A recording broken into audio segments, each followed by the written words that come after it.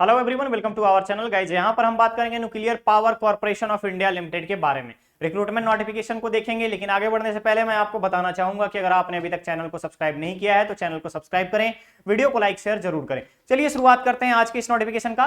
तो गाइज सबसे पहले यहाँ पर ध्यान से देख सकते हो आपकी ह्यूमन रिसोर्स मैनेजमेंट के लिए यहाँ पे ऑनलाइन एप्लीकेशन का डेट दिया गया है। ऑनलाइन एप्लीकेशन स्टार्ट हो चुका है 6 दिसंबर से, लास्ट डेट रखा गया है 5 जनवरी को। क्लियर रहेगा। नेक्स्ट हमारे पास आता है पोस्ट और नंबर ऑफ वैकेंसीज के बारे में। पहला है आपका साइंटिफिक असिस्टेंट, जिसमें सेफ्टी के लिए टोटल 2 पोस्ट रखे गए हैं। इसके अलावा साइंटिस्ट बी के लिए सिविल इंजीनियरिंग डिप्लोमा में 2 पोस्ट रखा गया है। ट्रेनी और स्टाइपेंडरी ट्रेनी, या फिर हम बात करें तो ट्रेनी साइंटिफिक असिस्टेंट की बात करें, एसटीए और एसटी में mechanical, electrical, instrumentation, electronics, chemical. Mechanical के लिए 21 पोस्ट, इलेक्ट्रिकल के लिए 13, इंस्ट्रूमेंटेशन 4, इलेक्ट्रॉनिक्स 13, केमिकल के लिए 8। इसके अलावा stipendiary trainee scientific assistant science graduate के लिए, केमिस्ट्री के लिए 3, फिजिक्स के लिए 6। इसके अलावा अगर आप देखेंगे टेक्नीशियन प्लांट ऑपरेटर के लिए टोटल 59 पोस्ट, और टेक्नीशियन मेंटेनर के लिए, फीटर के लिए 31, इलेक्ट्रिशियन के लिए 12, इलेक्ट्रॉनिक्स के लिए 12, इंस्ट्रूमेंटेशन 4, वेल्डर 1, मशीनिस्ट के लिए 6, टर्नर के लिए 5, एसी मैकेनिक के लिए 2, नर्स ए में महिला और पुरुष के लिए टोटल 3 पोस्ट, फार्मासिस्ट बी के लिए 1 पोस्ट, असिस्टेंट ग्रेड 1 एचआर के लिए 12 पोस्ट, असिस्टेंट ग्रेड 1 के लिए फाइनेंस एंड अकाउंटिंग के लिए total 7 post. C and M की बात करें, मेंटेनेंस की अगर बात करें, कॉमर्स एंड मटेरियल मैनेजमेंट के लिए यहां पे आपका 5 पोस्ट, एंड स्टेनो ग्रेड 1 के लिए टोटल 11 पोस्ट। यानी कि टोटल 243 वैकेंसीज यहां पर रखे गए हैं, और इन सभी का ऑनलाइन एप्लीकेशन प्रोसेस स्टार्ट हो चुका है। ठीक है, ऑनलाइन प्रोसेस स्टार्ट हो चुका है 6 दिसंबर से। लास्ट डेट रखा गया है यहां पर आपका 5 जनवरी 2023। नेक्स्ट आता है यहाँ पे क्या क्या आपको एजुकेशनल क्वालिफिकेशन की रिक्वायरमेंट होगी, उन सभी चीजों के बारे में। ठीक है, यहाँ पे आपको पोस्ट का डिस्ट्रीब्यूशन दिया गया है, किसको यहाँ पर पीडब्ल्यूडी को क्या कंडीशन में रखा जाएगा, एससी एसटी को क्या कंडीशन दी गई है, उसके बारे में। नेक्स्ट हम क्वालिफिकेशन देखेंगे, तो जितने भी साइंटिफिक असिस्टेंट सेफ्टी सुपरवाइजर का है तो मिनिमम डिप्लोमा या बीएससी होना चाहिए, डिप्लोमा इन इंजीनियरिंग या बीएससी रिक्वायर्ड है 50% मार्क्स के साथ ही साथ 1 साल में इंडस्ट्रियल सेफ्टी में डिप्लोमा रिक्वायर्ड होगा। क्लियर है। इसके अलावा 4 साल का यहां पर एक्सपीरियंस मांगा गया है। नेक्स्ट अगर हम सिविल इंजीनियरिंग में वैज्ञानिक सहायक की बात करें तो ध्यान दीजिएगा, डिप्लोमा यहां पर रिक्वायर्ड होगा इंजीनियरिंग में, डिप्लोमा एसएससी या एचएससी के बाद 3 वर्ष की अवधि का, और साथ ही साथ अगर आप यहां पर देखेंगे तो फ्रेशर्स जो है एलिजिबल है, एक सब्जेक्ट आपका इंग्लिश होना रिक्वायर्ड है। नेक्स्ट आता है यहां पर वैज्ञानिक सहायक, एसटीए यानी स्टाइपेंडरी ट्रेनी, या फिर आपका साइंटिफिक असिस्टेंट। यहां पर रिक्वायर्ड है इलेक्ट्रॉनिक्स इंजीनियरिंग, मैकेनिकल, इलेक्ट्रिकल में डिप्लोमा, और साथ ही साथ 3 साल का यहां पर मिनिमम डिप्लोमा होना चाहिए। क्लियर रहेगा। नेक्स्ट आता है स्टाइपेंडरी ट्रेनी में अगर हम बात करें, या वैज्ञानिक सहायक साइंस ग्रेजुएट के लिए, तो साइंस ग्रेजुएट के लिए 60% मार्क्स के साथ यहां पर बीएससी आपका रिक्वायर्ड है। इसके अलावा अगर आपने रसायन विज्ञान, गणित, इलेक्ट्रॉनिक्स, कंप्यूटर साइंस में अगर आपने बीएससी किया है, मैथमेटिक्स में बीएससी किया है, तो भी आप एलिजिबल हैं, अप्लाई कर सकते हैं।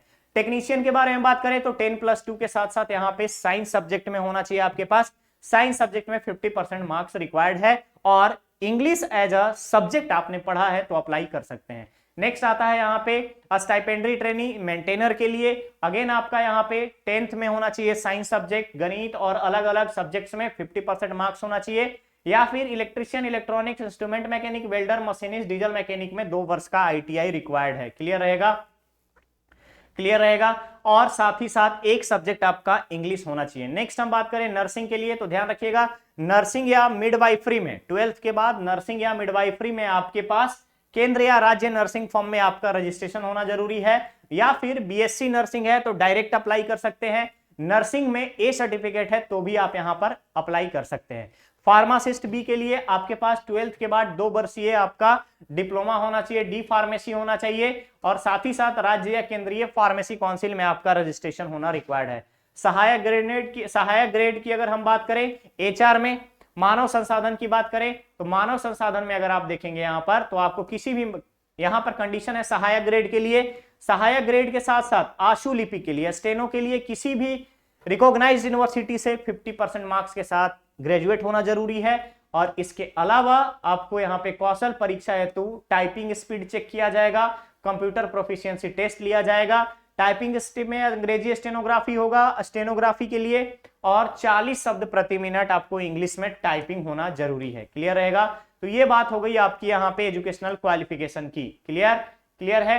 नेक्स्ट आता है यहाँ पे, नेक्स्ट यहाँ पर आता है कि एज लिमिट में छूट कैसी रहेगी और बाकी सारी चीजें क्या क्या कंसिडरेबल है। तो वित्तग्राही में स्टाइपेंडरी ट्रेनी प्लांट ऑपरेटर के लिए 12th के साथ साथ ITI रिक्वायर्ड होगा।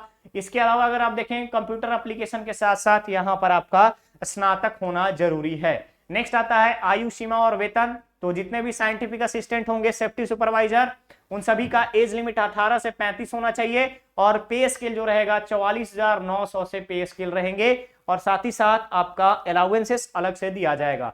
साइंटिस्ट बी में अगर हम बात करें, असिस्टेंट बी ग्रुप में, तो यहाँ 18 से 30 तक का रखा गया है एज लिमिट और 35,400 का पे स्केल रहेगा, अलाउंस अलग से मिलेंगे।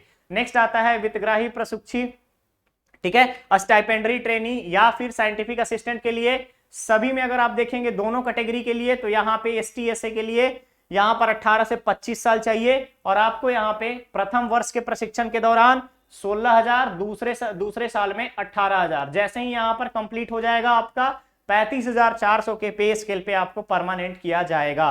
नेक्स्ट आता है यहाँ पे stipendiary trainee technician plant operator और मेंटेनर के लिए 18 से 24 वर्ष तक का आयु रखी गई है। पहले ट्रेनिंग के दौरान पहले साल 10,500, दूसरे में 12,500 और जैसे ही आपको परमानेंट किया जाएगा प्रोबेशन पीरियड, ट्रेनिंग पीरियड के बाद 21,700 का लेवल 3 के पे स्केल पे आपको यहां पर परमानेंट किया जाएगा, अलाउंसेस अलग से मिलेंगे। नर्स के लिए अगर हम बात करें 18 से 30 वर्ष की आयु रखी गई है, 44,900 का पे स्केल रहेगा, साथ ही साथ आपको यहां पर अलग से आपको टोटल जो है अलाउंसेस प्रोवाइड किए जाएंगे। फार्मासिस्ट के लिए 29,200 का पे स्केल रहेगा, 18 से 25 की एज लिमिट। सहायक ग्रेड की बात करें 21 से 28 वर्ष तक का एज लिमिट रखा गया है, 25,500 रुपया पे स्केल रहेगा आपका इनिशियली। इसके अलावा सभी पोस्ट में अलाउंसेस मिलेंगे जिसमें ग्रेट्युटी, पेंशन के अलावा मेडिकल के साथ साथ आपका HRA, DA, ट्रैवल अलाउंसेस, सारी चीजें अलग से मिलेंगी। क्लियर है? इसके अलावा रिलैक्सेशन, मैक्सिमम एज में रिलैक्सेशन किसको दिया जाएगा? SC ST OBC। इसके अलावा अगर हम बात करें benchmark with person with disable, इसके अलावा अगर आप देखेंगे तो 84 के दंगों के जितने भी लोग होंगे, आश्रित होंगे, डाइवोर्स्ड है या फिर आपका अगर हम बात करें जुडिशियली सेपरेटेड फीमेल हैं, तो उनको भी यहाँ पे कम से कम भारत सरकार के नियमानुसार 5 साल का छूट प्रोवाइड किया जाएगा अपर एज लिमिट में। क्लियर है? चलिए नेक्स्ट आता है यहाँ पे फिजिकल स्टैंडर्ड के बारे में। बेसिक फिजिकल स्टैंडर्ड यहाँ पर दिया गया है जो कि हाईएस्ट 160 सेंटीमीटर हाइट होना चाहिए और हाइट के अलावा अगर आप देखेंगे तो वेट भी कंसिडर किया गया है।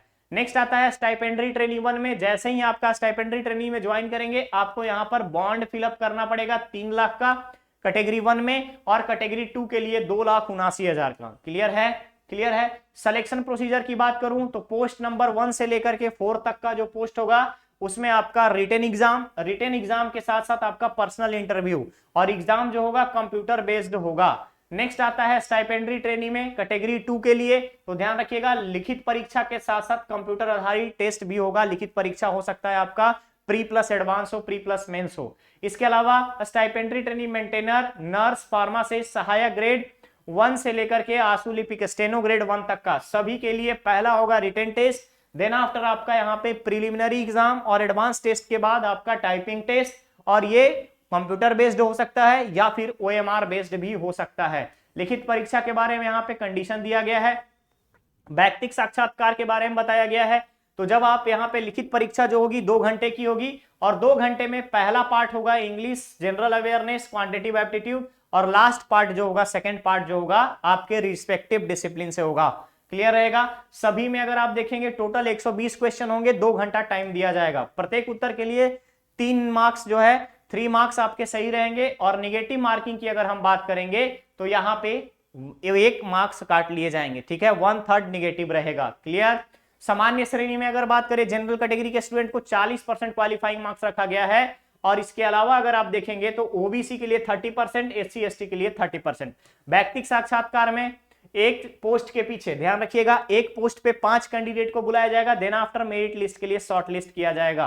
क्लियर है? तो लिखित परीक्षा के बारे में स्टेज 1 और स्टेज 2 का यहाँ पर बताया गया है। तो अगर आपको लगता है यहाँ पर कि आपने जो पढ़ाई किया है, यहां पर जो आपकी क्वालिफिकेशन है इस क्राइटेरिया को मैच करती है, यानी इस रिक्रूटमेंट के क्वालिफिकेशन को मैच करती है, तो बिल्कुल अप्लाई कीजिएगा। नेक्स्ट आता है अप्लाई कैसे करना है, तो ऑफिशियल वेबसाइट www.npcilcareers.co.in पर जाकर के आप अप्लाई कर सकते हैं। डेट याद रखेंगे 6 दिसंबर से एप्लीकेशन प्रोसेस स्टार्ट हो चुका है, लास्ट डेट रखा गया है 5 जनवरी का। क्लियर है? क्लियर है? यहाँ पे बेसिक जो चीजें हैं ये सारी चीजें यहाँ पर मेंशन की गई हैं। नेक्स्ट हमारे लिए इंपॉर्टेंट आ जाता है वेट लिस्ट के बारे में, जनरल इंस्ट्रक्शंस के बारे में। तो अप्लाई करने से पहले एक बार आप इसको ध्यान से जरूर पढ़ेंगे, आप इस नोटिफिकेशन को ध्यान से जरूर पढ़ेंगे अप्लाई करने से पहले, ऑनलाइन आवेदन करने से पहले ये सारी चीजें आपको पढ़ना जरूरी है। नेक्स्ट हम चलेंगे यहां से सीधा सीधा डायरेक्टली, आप देख लीजिए सिलेबस क्या है, पूरा डिटेल सिलेबस दिया गया है यहाँ पर।